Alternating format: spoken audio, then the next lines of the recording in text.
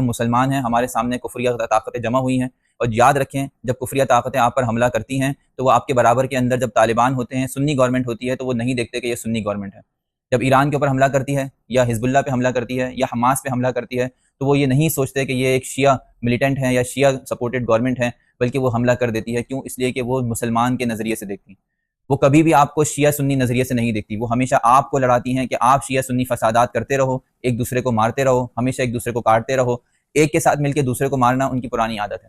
کبھی سنی گورنمنٹس کے ساتھ مل کے شیعوں کو قتل کرائیں گی، کبھی شیعہ گورنمنٹس کے ساتھ مل کے سنیوں کو قتل کرائیں گی، لیکن آپ کو متحد نہیں ہونے دیں گی۔ یہ وقت آ گیا ہے کہ آج ہم اپنی آنکھیں کھول لیں۔ کیا ہم جب فلسطینیوں کی لاشیں دیکھ رہے تھے، ہم ان کی عورتوں اور ان کے بچوں کو کٹتا ہوا، ان کی لاشوں کو خون میں لتھڑا ہوا، روزانہ ان کے اوپر بم برستا ہوا جب دیکھ رہے تھے،